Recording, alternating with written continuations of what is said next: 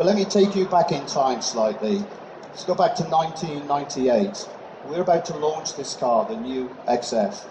A beautiful looking car, first of a new design theme that was going to run through all the future model programs.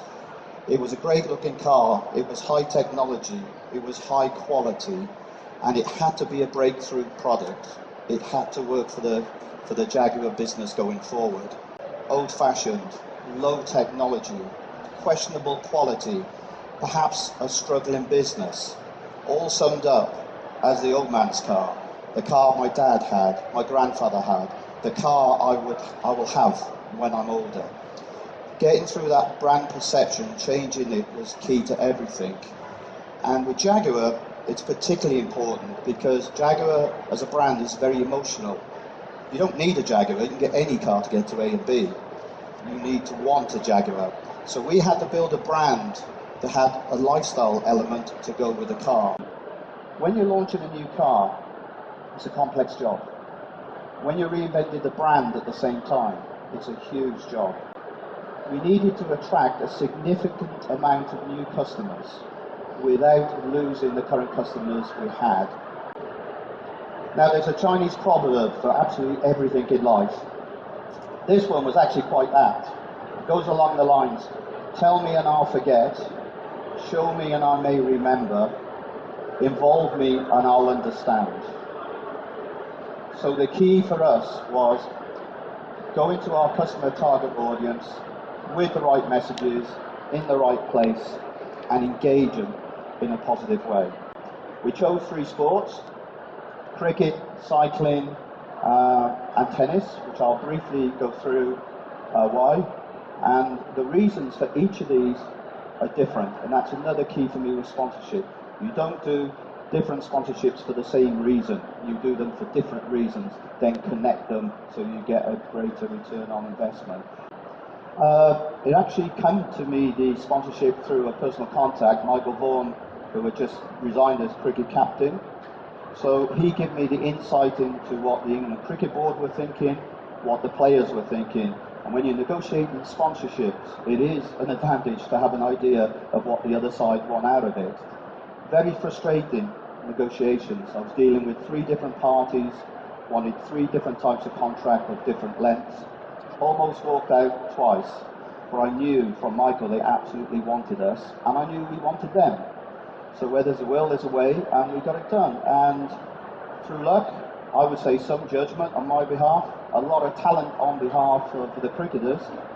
They won the Ashes in Australia for the first time in 30 years. A pro cycling bike is anywhere between £12,000 and £20,000, and the values, the engineering that goes into a bike and a car are very similar. It's all about design, technology, and performance. So from Jaguar as a brand with a car, Team Sky as a brand with a bike, design, technology, and performance made it a very complementary sponsorship for us. But this was more about database opportunities. This got us to 5,000 tennis pros at the clubs around the country. It got us into the membership databases of those clubs. The association these people were part of were actually actively marketing Jaguar because of a partnership deal, and that makes it more credible. Connecting the dots between these and the higher level sponsorships meant that we got critical mass very quickly. All of a sudden, people were saying Jaguar are in sport in a big way, spending lots of money, they're everywhere. We weren't spending lots of money, but it did look like we were everywhere. The perception was way, way more than the reality. So there was this white space, we thought, that Jaguar could take its place as a British brand, developing sports stars for the future, using sports stars of today. The other thing the Academy of Sport did for us is that it's a multifaceted program. So as I said, it's brand building from a marketing and PR point of view. But it's also a dealer activation program. It's an internal motivation program. There's merchandising opportunities. And there is getting the involvement of the sports stars so that they feel like real ambassadors. They're giving back. And therefore the word of mouth throughout the sporting community just grew and grew. In the end, it all grew in its own way, evolved in its own way, such that people in the UK didn't differentiate between it. They didn't differentiate between the academy sport, between cricket, between cycling, between tennis. It was Jaguar supporting the best of British sport. 2 years ago, Jaguar had gone from 5th to 2nd, so we'd leapfrogged 2 of the German competitors. And the commentary that went with it was Jaguar brand on the move, cooler, edgier and forward-looking. Contrast that with my first statement of the old man's car. That's a big, big breakthrough. You look at the way Red Bull has gone from what some people would say is a dodgy nightclub drink to a sporting brand in 5 years. Absolutely phenomenal job.